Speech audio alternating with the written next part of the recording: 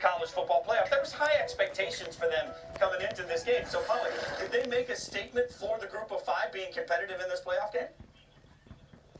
They absolutely competed. I don't want to hear it was a beatdown. If you're watching all these college football semifinals, they very rarely deliver. They usually are very, very uncompetitive.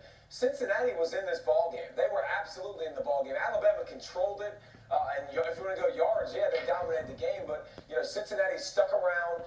Desmond Ritter didn't play good enough. Their stars on their team didn't play good enough and didn't impact the game enough. And they weren't good enough to beat Alabama. And physically, they couldn't match up, just like Michigan couldn't match up. But I don't think Cincinnati and everybody needs to point to Cincinnati and go, oh, man, they didn't belong. You see, they didn't belong, because we can go to the Notre Dame game a year ago against Alabama. We can go to the championship with multiple games with LSU, and LSU played Oklahoma and scored 6,000 against them en route to a championship. So I don't want to hear the narrative that they didn't belong. They played a pretty good game. They just weren't good enough. Yeah, David, I think Cincinnati had a great year. I think they belonged in the playoff. I don't think there was a general overriding statement made by their appearance against Alabama. I don't think anything came out of it. They competed, as you said, they were in it until about halftime.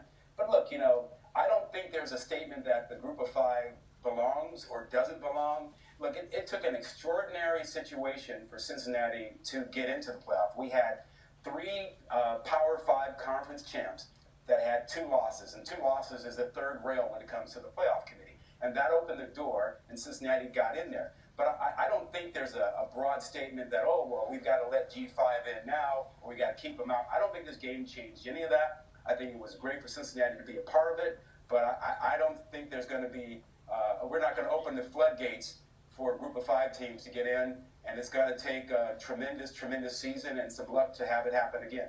So, Rod, let me push back a little bit and ask you this. If Cincinnati had been blown out, will we not be saying, some would be saying, that it proved positive the group of 5 doesn't belong? So shouldn't we give them credit if we were going to discredit them in a blowout?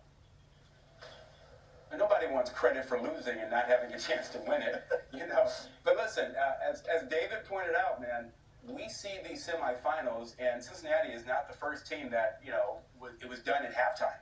He mentioned Notre Dame, he mentioned Michigan. I mean, we've seen this over and over. So in my view, yeah, did they carry the flag for the group of 5? Was it great that they didn't get simply demolished? Sure, but that's a pretty low bar. I think unless they were in the game in the fourth quarter, you were going to have people pounding the table saying we need to have group of 5 in the playoff every year.